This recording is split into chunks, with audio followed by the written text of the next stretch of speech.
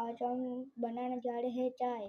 1 गिलास पानी का डालेंगे और आधा गिलास एक और डालेंगे 5 चमची शक्कर का।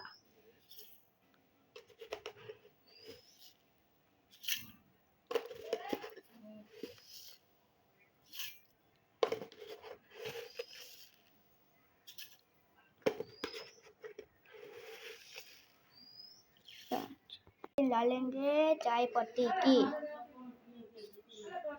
अब हम नाखेंगे अदरक।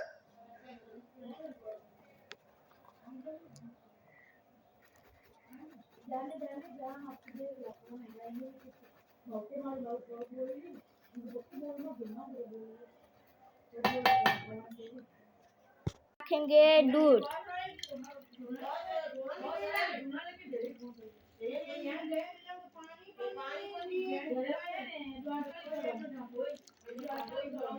अब हम इसको डालेंगे गैस पर।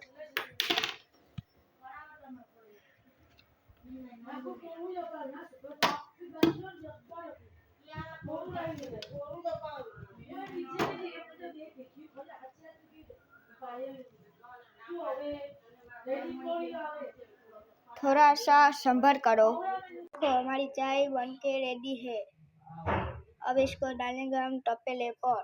जग में गलती से मिस्टेक हो गई।